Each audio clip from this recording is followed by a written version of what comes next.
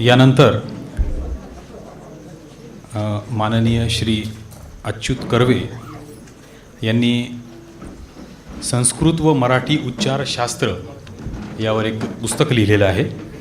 या विषयावर ते आपल्याशी संवाद साधणार आहेत. मी SWS फायनान्शियल सोल्युशन्सचे CEO श्री रघुवीर अधिकारी यांना विनंती करतो की त्यांनी श्री अच्युत कर्वे यांचा या ठिकाणी सत्कार करावा.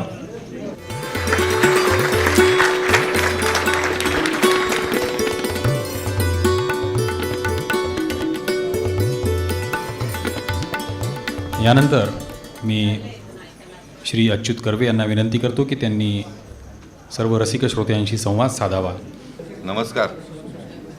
सगळ्या विद्वान लोकांचं परवानगी घेऊन मी 4 शब्द तबल्यावरती बोलत आहे. भाग असा आहे की खासाहेबची एक उक्ती आहे. खासाहेब नेहमी बोलायचे. खासाहेब म्हणायचे की बगर हुकुम कुछ नहीं होता. तर हा हुकुम म्हणजे काय खासाहेबांच्या मनात असावं, म्हणजे तबल्याचा हुकुम म्हणजे तबल्याची वाणी. त्यामुळे वाणी तबला वादनावरती असर करते हे निर्विवाद आहे. ज्याची जशी वाणी तसा त्याचा तबला. हे एक साधं गणित आहे. याच्याबद्दल शंका असण्याचं काही कारण नाही. दुसरी गोष्ट अशी आहे की गाणं शिकण्यासाठी लोक गवयाकडे जातात, सारेगम पधनिसा सगळं शिकतात आणि त्यातच नंतर गाणं गायला लागतात. तबल्याच्या बाबतीत हे त्याचं सारेगम शिकवण्याचं कार्य कुठल्या तरी बालवाडीतली शिक्षिका करत असते. म्हणजे मला अशी शंका आहे की समोर बसलेल्या विद्यार्थी आणि आमच्यासारख्या लोकांना, किती लोकांना देवनागरीची पूर्ण अंकल्पी पाठ आहे, इथपासून विषय खरा चालू होतो. असो तर मी संस्कृत व मराठी उच्चारशास्त्रावरती पुस्तक लिहिलं आहे. हे पुस्तक अमेजान थिरकवा यांच्या तबल्याच्या प्रेरणेतून ते लिहिलं गेलेलं आहे. वाचून दाखवणारे म्हणजे इकडे तिकडे विषय जाणार नाही.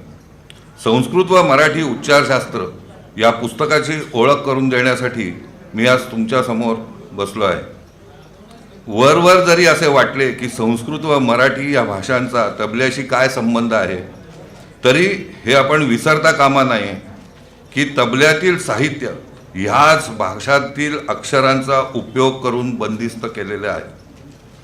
किंबहुना अहमदजान थिरकवा यांचे ये लिखने की चीज थोडी है असं ते नेहमी म्हणायचे की हा काय तबला काय लिहिण्याची वस्तू आहे का, गोष्ट आहे का.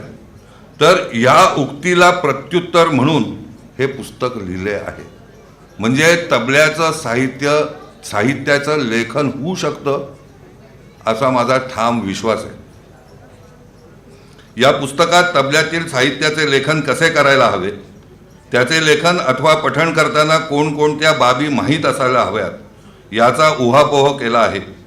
याचबरोबर संस्कृत व तसेच मराठीतील 64 अक्षरांची यादी, तसेच 18 अ, 18 ई आणि 18 उ आहेत. 18 उ यांचा तपशीलवार वेध घेतलेला आहे. या द्वारे तबल्याच्या पारंपरिक साहित्याचे रक्षण करता येईल. आपल्याला भाषेत असं वाटतं एकच अ आहे, परंतु एकूण 18 अ लघु रहस्व 18 अ आहेत, रहस्व 18 ई आहेत आणि रहस्व 18 उ आहेत. काही फुलं दीर्घकाळ टिकतात, पण काहींचा काळ अगदी थोडा असतो. उदाहरणार्थ पारिजातकाचे फूल. तबल्याचे तसेच झाले आहे. गेल्या म्हणजे 20व्या शतकात अमेजान थिरकवा या नावाने ते उमलले आणि म्हणता म्हणता 21व्या शतकात ते कोमजून सुद्धा गेले. आज मितीला त्यांचे नाव अनेक घेतात, मात्र त्यांच्या वादनातून त्यांची छबी दिसत नाही. तबला वादन ही काही कसरत नाही, ती एक कला आहे. खासाहेब म्हणत, जोर जबरदस्ती हमारी मजबुरी नहीं है. तबला वादनाचे विविध पदर उलगडून दाखवण्याचा या पुस्तकाद्वारे प्रयत्न केला आहे. अहमदजान तिरकवा यांच्यापेक्षा मी सरस तबला वाजवीन या उमेदीने अनेक तबला वादकांनी खूप प्रयत्न केला, खूप रियाज केला. मात्र सरते शेवटी हे सर्व तबलजी काळाच्या पडद्याआड गेले. हे वास्तव आहे. मी काही अहमदजान थिरकवा यांचा शिष्य नाही. योगायोग हा की अहमदजान थिरकवा यांचा मी शेवटचा बळी आहे. शोकांतिका बोलत नाही मी. आमचे वडील डॉक्टर होते. ते नेहमी म्हणायचे, पेशंट मेल्याचे मला दुःख नाही, दुःख याचे वाटते की मला तो पेशंट कोणत्या रोगाला बळी पडला हे कळले नाही.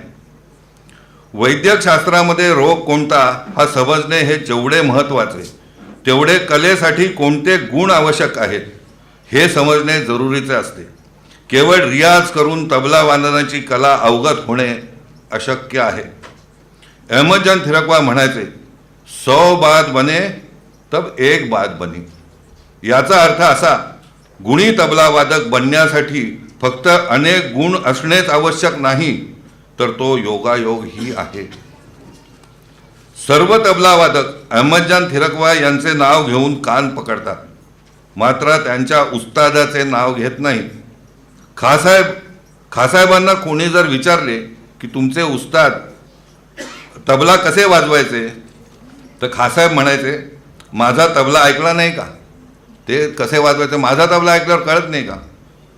या उलट खासाहेबांना विश्वासात घेऊन हाच प्रश्न विचारला तर ते म्हणत, उनके हत्ते पंजे अच्छे नहीं थे, बजावे नहीं, पर उनकी वाणी सरस्वती थी. मैं न होता तो उन्हें कोई पहचानता भी नहीं था. मुनीर खां साहेबांनी 24 गुरु केले. त्यांना सर्व म्हणजे चारही घराण्याचा तबला पाठ व माहीत होता. हे खासाहेबांनी व्हिडिओमध्ये पण सांगितलं. त्यांना तबल्यातील व्यासच म्हणावे लागेल, ज्यांनी तबल्याच्या साहित्याचं संकलन केलं. आणि कारण त्यांनी तबल्याच्या साहित्याचे संकलन केले. गणपतराव डवरी सांगली कवठेकर, गणपतराव कवठेकर हे सुद्धा मुनीर खासाहेबांचे शिष्य होते. त्यांना मी विचारले, मुनीर खासाहेब तबला कसा शिकवत असत? ते म्हणाले, आम्हाला ते तबला वाजवून शिकवत नसत. ते एखादा कायदा आम्हाला वाजवायला सांगत व तिरकीट नाही हुआ, तू नाही हुआ, ना नाही हुआ असे सांगून आमचे मार्गदर्शन करायचे. हा किस्सा सांगण्याचे कारण, तबल्यावर कोठेही हात टाकला तरी आवाज होतो, मात्र तो नाद अक्षरध्वनी आहे का नाही हे समजणे आवश्यक आहे. थोडक्यात तबला वादन श्रुतीयुक्त व्हायचे असेल तर त्या श्रुत्या बोलध्वनींमध्ये दिसायला हव्यात. अन्यथा अन्य तालवाद्यांप्रमाणे ताड ताड धूम धूम असं वाजेल. तबला वादनात जसा बोल काढण्यासाठी निकास आवश्यक आहे, तसा बोल उच्चारण्यासाठी सुद्धा निकास आवश्यक आहे. हा निकास माहीत असल्याशिवाय तबला वादन श्रुतीयुक्त होऊ शकत नाही. जगात फक्त 2च तालवाद्ये अशी आहेत ज्यांना भाषा आहे, आणि ही दोन्ही वाद्य भारतीय आहेत. ही 2 वाद्य म्हणजे मृदुंग आणि तबला. मृदुंग हे वाद्य प्राचीन आहे. या तालवाद्याच्या भाषेतील अक्षर ध्वनी यांचा विकास करूनच तबल्यातील साहित्याची निर्मिती झाली. थोडक्यात संस्कृतमधील अक्षरध्वनींचा उपयोग करूनच मृदुंग व तदनंतर तबला वादनाचा विकास झाला आहे. व म्हणून मृदुंग व तबला वादकांनी ह्या पुस्तकाचा बारकाईने अभ्यास करणे आवश्यक आहे. गजानन बुवा नेहमी प्रश्न करत, ताल मोठा की स्वर मोठा? व त्याचे उत्तर ते स्वतःच देत असत. ते म्हणत ताल मोठा. पण माझ्या मनात असा प्रश्न उद्भवला की हे जे उत्तर आहे हे अर्धच सत्य आहे. खरं तर स्वर आणि तालापेक्षा मोठी लय आहे. लय ही स्वर आणि तालापेक्षा पलीकडची आहे. कारण लयीशिवाय ना स्वर ना धड स्वर साधता येत ना ताल. गजानन बुवा स्वतः लयदार होते आणि म्हणूनच आवाज गोड नसून सुद्धा ते मैफल रंगवत असत. लय स्थिर असल्याखेरीज रागातील स्वरांना डोळे फुटत नाहीत व राग आपल्या अर्थाप्रमाणे रंजक होत नाही. याचे कारण लय स्वराला व तालाला धार आणते. या पुस्तकाच्या मुखपृष्ठावर डमरूचे चित्र आहे. हे स्थिर लय देणारे वाद्य आहे, डोंबाऱ्याच्या हातातले वाद्य नाही. विद्यार्थी हे वाद्य वाजवायला शिकून स्थिर लयीचा अनुभव घेऊ शकतात. तबल्याचे बोल डमरू वाजवत म्हटले तर तबल्याच्या बोलांचे वजन पटीनुसार कसे बदलते याचा अनुभव विद्यार्थ्याला घेता येईल. तबला वादन योग्य त्या प्रयत्नाने होईल. तबला वादन रंजक होण्यास मदत होईल. 1980च्या दशकात पंडित नारायण जोशी यांनी परिश्रमपूर्वक आदिताल नावाचे पुस्तक लिहिले. या पुस्तकाचा मुख्य हेतू एकाच बोलाच्या वादनात बोटांच्या हालचालींच्या किती छटा आहेत हे प्रस्तावनेत दिले आहे. त्याचबरोबर पारंपरिक रचनांचे अक्षरी लेखन व त्या खालच्या बाजूस डग्ग्याच्या बोटांचा व तबल्याच्या बोटांचा क्रम दिलेला आहे. या पुस्तकाच्या लेखनाचा प्रयत्न पंडित नारायण जोशी करीत असताना मी त्यावेळेस नवशिखा जरी असलो तरी त्यांना जवळून पाहिले आहे. त्या पुस्तकाच्या लेखनात लेखकाच्या मताने उणीवा जरी असल्या तरी त्या पुस्तकातील एक रचना शुद्ध लिहिल्या होत्या व 2 निकास सांगण्याचा अभूतपूर्व असा प्रयत्न त्यांनी केला होता आणि या बाबी पुस्तकाच्या जमेच्या होत्या. असे असून सुद्धा त्या पुस्तकाला पाहिजे तसा प्रतिसाद मिळाला नाही. याचे मुख्य कारण पारंपरिक तबला शिक्षणाची पद्धत. आज अशी समज आहे की तबला कला असल्यामुळे वाजवूनच शिकवायची गोष्ट आहे. म्हणजे तबला वाजवून शिकवायला लागतो अशी एक कल्पना आहे. ज्याला तबला म्हणजे तो वाजवून शिकवत नाही तो शिकूच शकत नाही. परंतु अशा विचारांमुळे ही कला वृद्धिंगत व्हायच्या ऐवजी अपभ्रष्ट होऊ लागली आहे. ही परिस्थिती जर उलटवायची असेल तर तबला शिक्षणाला एक शास्त्रीय पाया प्रदान करायला हवा. तर हे पुस्तक लिहिण्यामागचा हेतू आहे. कोणताही कला आविष्कार असो त्या आविष्काराचे त्या कलाकाराच्या मनात प्रथम बिंब उमटावे लागते व नंतर तो कलाकार भिन्न भिन्न साहित्याच्या माध्यमातून ती कला आपल्या समोर सादर करतो. अचल म्हणजे स्टील आर्ट्स, चित्रकला असो, स्थापत्य कला असो इत्यादी. अचल कलांमध्ये हे बिंब कलाकाराच्या मनात स्थिर असतं. एखादा शिल्पकार मूर्ती करायचे त्याच्या मनात माहिती असतं त्याला काय मूर्ती करायची. हे बिंब परंतु चलकलांमध्ये म्हणजे परफॉर्मिंग आर्ट्समध्ये नृत्य, गायन, नाट्य हे बिंब सरकत असतं आणि म्हणून या चलकलांना भाषेचा आधार घ्यावा लागतो. तबलावादन ही कला सुद्धा चलकला आहे व त्यालाही भाषेचा आधार घ्यावा लागतो. परंतु तबलावादन व अन्य परफॉर्मिंग आर्ट्समध्ये फरक आहे. अन्य कलांचे सादरीकरण करताना भाषातील शब्द व शब्दार्थाचा आधार घेऊन ती कला सादर केली जाते. मात्र तबला वादनाचे सादरीकरण करताना भाषेतील मूळ घटक म्हणजे अक्षर यांचा आधार घेऊन ही कला सादर केली जाते. यामुळे तबला वादन करताना तबला वादकाच्या मनात अक्षरबिंब निर्माण व्हायला हवे, नाहीतर तबला वादन हे इतर तालवाद्याच्या वादनासारखे होईल. मनात अक्षरबिंब तेव्हाच उमटेल जेव्हा अक्षरोच्चार शुद्ध असेल.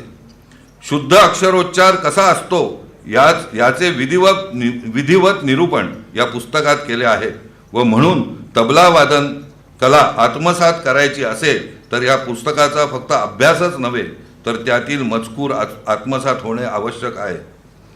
अमीर हुसेन खासावी यांचे शिष्य पंडित सदाशिवराव पवार म्हणायचे की अहमदजान थिरकवा यांचा तबला संस्कृत होता, म्हणजे शुद्ध होता. केवळ त्यांचे वादन संस्कृत नव्हते तर त्यामागील बिंब म्हणजे रचना संस्कृत होत्या. पंडित नारायण जोशी यांनी या रचना आपल्यापर्यंत जशाच्या तशा पोहोचवल्या आहेत. त्याचे रक्षण, संवर्धन व विकास जर करायचा असेल तर त्यासाठी अक्षरांचा शिक्षापाठ जरुरी आहे. हा उद्देश मनात धरूनच उपरोक्त पुस्तक लिहिले आहे. तबल्यातील अक्षरांची मेळ संस्कृत अक्षरांशी ओढून ताडून बसवलेली नाही. तबल्यातील अक्षरोच्चाराचा अभ्यास करत असताना असे लक्षात आले की शुद्ध अक्षरोच्चार हा नैसर्गिक असल्यामुळे तो वैदिक पठण असो व तबल्याचे पठण असो तो एकच आहे. माहेश्वर सूत्राव्यतिरिक्त शिक्षापाठांमध्ये अनेक अपभ्रंश आढळतात जे माझ्या तबल्याच्या अभ्यासामुळे मला दूर करता आले. संस्कृतमध्ये पण अपभ्रंश आहे शिक्षापाठांमध्ये. तबल्यातील रचनांची परंपरा मुनीर खासारखे उत्तम संग्रह, अहमदजान थिरोका यांसारखे निष्णात तबलावादक व पंडित नारायण जोशींसारखे चतुर एकपाठी व निष्ठावान अभ्यासक नसते तर माझ्याकडून हे पुस्तक लिहिले गेले नसते. येत्या काळात तबलावादन लयबद्ध, तालबद्ध व श्रुतीयुक्त व्हावे या उद्देशाने हे पुस्तक लिहिले आहे, ज्याद्वारे तबलावादन रंजक होईल व सोलो तबला वादनाला पुन्हा अभिजात संगीतातील आपले निर्विवाद स्थान प्रस्थापित करता येईल. हा या पुस्तकामागचा हेतू आहे. या पुस्तकात आता पहिला जो प्रश्न होता की अक्षर उच्चार कसा करायचा, हा कुणाला कोणी शिकवलाय का आजपर्यंत? आपल्याला जसा जमतो तसा आपण अक्षर उच्चार करतो. तो नेमका कसा पाहिजे हे आपल्याला कोणीच शिकवत नाही. यासाठी पाणिनींनी हा अक्षर संस्कृत वेदपठण करायला अक्षर शिकवायला हवी म्हणून पाणिनींनी माहेश्वर सूत्र लिहिली. ही माहेश्वर सूत्र इतर आता A for apple, B for bat असंच शिकवतात. क कमळातला, ढ ढगातला वगैरे असं शिकवण्याची पद्धत आहे. पण ढ आणि ढगातला ढ जो आहे ह्यांच्या उच्चारात फरक आढळतो. ढगातला ढ जो आहे तो ढ नाही आहे. हा प्रश्न वैदिक काळापासून चालत आलेला आहे. ह्याचा उपाय म्हणून केवळ उच्चार शिकवण्यासाठी पाणिनीने माहेश्वर सूत्र लिहिली. ती माहेश्वर सूत्र अशी आहेत, ऐका फक्त. अ इ उण रुलक ए ओंग ऐ औच हय वरट लण यमंगण नम झभय घड दश जब गड दश खप छठत चटतव कपय शशसर हल. ह्याच्यामध्ये काय आहे की ह्याच्यामध्ये लय आहे आणि अक्षर उच्चार त्यांच्या स्थानावर जातो.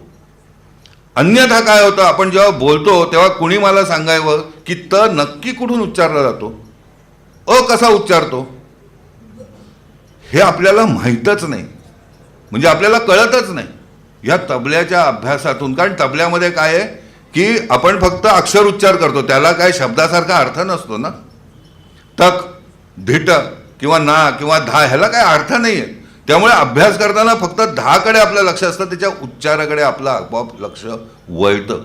हा जर आपण वळवलं तर तो जो धा नक्की आहे तोच धा आपल्याला वाजवता येईल. नाहीतर आपल्या तोंडात एक असतं आणि हातात भलतंच काहीतरी होतं. व्यंजन आणि तबला हे स्फोट म्हणजे व्यंजन प्रचूर वाद्य आहे. ह्याच्यामध्ये स्वर कमी आहेत, प्रत्येक स्वर व्यंजन लागून आलं. तर ही व्यंजनं कशी आहेत ह्यासाठी मी काही सूत्र बनवले की ज्याच्यानी विद्यार्थ्यांना अक्षर उच्चार कसा म्हणजे तबल्यासाठी आवश्यक जो अक्षर उच्चार आहे तो कसा शिकवता येईल यासाठी ही सूत्र आहेत. ऐका. कुणाला क ख ग ग ङ ज्ञ पर्यंत पाठ आहे मुलांनो? बघा, आहे का कुणाला पाठ? क ते ज्ञ पाठच नाही आहे, कारण त्या रचना चुकीच्या आहेत. चुकीची रचना पाठ होऊ शकत, लयबद्ध रचना पाठ होऊ शकते. आणि ही पाठ होण्याच्या दृष्टीने एक म्हणजे सगळी अक्षरं माहिती आहेत आणि दुसरी गोष्ट अशी की ती नक्की कुठे उच्चारली जातात हे सुद्धा समजेल. म्हणजे दोन फायदे. तर मी सूत्र फक्त ही मी केलेली आहे.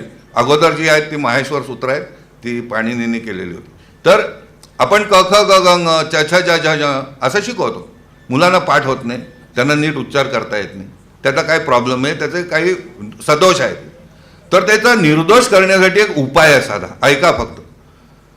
कचट तपत खचट थपत गजड धबद घजड धबद नयन नमन. सरळ आहे उच्चार. कचट तपत खचट थपत गजड धबद घजड धबद नयन नमन. आणि कट चपत खट छपत गड जबद घड झबद गण यमन. सरळ लाईनीत, म्हणजे पाठ आपोआपच. तबल्याचे बोल पाठ का होतात? मीटर असतो त्याला म्हणून पाठ होतात, लय असते म्हणून पाठ होतात. तर जर का अक्षरांना लयीत जर त्यांना बसवलं नाही किंवा तसा क्रम केला नाही तर ती विद्यार्थ्यांना अक्षरच येत नाहीत, उच्चारताच येत नाहीत. काय तबला वाजवतील? खासाहेबांचा तबला मरण्यामागचं खरं कारण गेल्या शतकात इंग्रजी आणि अन्य भाषांमुळे जो प्रभाव झालेला आहे तो सर्व लोकांवरती सारखा झाला आहे, अपभ्रंश झालेला आहे. त्यामुळे त्या पूर्वीच्या काळात जो उच्चार होता तो आता आढळत नाही आणि त्यामुळे सगळ्या वादनातील जो रस होता तो हळूहळू हळूहळू नाहीसा व्हायला. दुसरं अशी गोष्ट आहे की समजा क ला ई लागला तर आपल्याला शिकवतात क का की की कू कू के कै को कौ कम का असं शिकवतात. पण ह्या इकार आणि उकारामुळे फरक काय पडतो हे आपल्याला कधी कळतच नाही. त्यासाठी खूप सुंदर ही पण मीच केलेली आहे सूत्र शिकवण्यासाठी आहे की टक पडत जगद बचट कग चढत जट दत. बघा प्रत्येक अक्षराच्या नंतर येणारा जो स्वर आहे तो निरनिराळा आहे. टक पडत जग दब चट एकाच स्वरात एक क का की कू कू के कै को कौ कम का एकाच स्वरात होतो. टक पडत जग दब चट कग चढत जट दत. स्वर बदलतात म्हणून ते 18 होतात. स्वर म्हणजे ह्यांना मी अक्षर श्रुती आहे, अक्षर स्वर श्रुती आहे. ह्याला इकार जोडून पण म्हणता येतं की उदाहरणार्थ टिकी पिडी ती जिगी दिबी चिट कुकू चुड किगी चिडी ती जिटी दीत टुकू पोडू तू जुगू दुबू चूट. हे तबला शिकल्यामुळे हे करता आलं. टुकू पोडू तू जुगू दुबू चूट कुगू चुडू तू जुटू दूत. म्हणजे काय झालं? इकार जोडून म्हणता येतं, उकार जोडून म्हणता येतं. अकार म्हणजे स्थिर, सर्वांची अक्षरं स्थिर होती. ही जर नसतील तर टीका काय 100 टीका करता येईल. आम्हाला नारायण जोशी एकदा मी हा किस्सा सांगतो आणि थांबवतो. कलकत्त्याला गेले होते नारायण जोशी आणि त्यांचे वडील गजाननराव जोशी. तर ते तिथे ITC मध्ये 10-15 दिवस राहिले होते. तर ITC मधल्या किंवा ज्यांच्याकडे ते राहत होते ते म्हणायचे ये लडका क्या करताय, की ये लडका क्या करताय. हे फक्त गजाननबुवांबरोबर फिरायचे. तर मग गजाननबुवांनी नारायण जोशींची वाहवा केली. ती कशी केली तर म्हणाले ज्या वेळेस ह्याचं डोकं जर हल्लं ना, ह्यांनी वाहवा म्हटली म्हणजे तो खरा गवई चांगला, नाही तर म्हणे ह्याची मान हलायची नाही. तबल्याच्या बाबतीत माझंही तसंच होतं की ते मानच हलत नाही. परंतु तिथे न थांबता जे काही उणीवा आहेत आणि उणीवा कशामुळे आहेत ह्याचा शोध घेण्याची खूप नितांत आवश्यकता आहे. नुसतं सांगणं की हा तबला बरोबर नाही, हा काहीही वाजवतो, हे चुकीचं आहे. त्याला जर आपल्याला सुधारता आलं नाही किंवा त्याला मार्गदर्शन किंवा वाट जर दाखवता आली नाही तर टीका ही फोल आहे. तर त्या दृष्टिकोनातून खरं म्हणजे त्याचं मुख्य कारण हा तबला असा वाजण्याचं मुख्य कारण हा आहे की अक्षर ज्ञान तबलजी लोकांमध्ये अजिबात नाही. हे त्याचं मूळ कारण. म्हणून हा सुखा आहे. हे आपण आवडीने वाहवा करत करत त्यांना हे करतो, प्रोत्साहन देतो, ते वाजवतात. ह्याच्यामधला एकही तबला वादक वाईट नाही. त्यांचं मार्गदर्शन म्हणजे अजून एक किस्सा आणि मला थांबा सांग. पुण्याला खासाहेब एका माणसाने खासाहेबांना दावत देण्यासाठी बोलवलं. तर दावत द्यायला बोलवलं तर खासाहेब गेले. त्या व्यक्तीचा मुलगा जो होता तो चांगला 10-12 वर्षाचा असेल, चांगला तबला वाजवत होता. तर त्याचं तबला ऐकवण्यासाठी खासाहेबांना त्यांनी घरी बोलवलं. तर गेले घरी. नारायण जोशी पण सोबत होते. गेले घरी आणि झालं, खाणं पिणं झालं, नजर झाली, मुलाचा तबला झाला आणि नारायण आणि खासाहेब दोघंही उतरवते. नारायणला तो तबला फार आवडला. त्याच्या मनातलं जे बात होती तर त्याला वाटलं अहमदजान थिरकवा 11व्या-12व्या वर्षी अजून काय वेगळे असतील. एवढा तो मुलगा, म्हणजे खूप मुलं चांगली असतात, तोच होता असं नाही, खूप असतात. तर खासाहेबांना ह्यांनी सांगितलं की अच्छा तबला लक्षण अच्छे हैं. तर खासाहेब म्हणाले ऐसे मैंने तो 100 बच्चे देखे सब बिगड़ जाते, इनको पलेगा कौन, शिकवणार कोण आहे. ही ट्रॅजेडी आहे. विद्यार्थ्यांमध्ये कमतरता आहे हा अजिबात प्रश्न नाही. सगळ्यांना खूप चांगले वाजवतात, खूप त्यांची उमेद पण चांगली, तयारी करण्याची ताकद आहे, रियाज करतात. परंतु दोष विद्यार्थ्याचा नाही, दोष शिक्षकांचा आहे. एवढं सांगून तुमची रजा घेतो.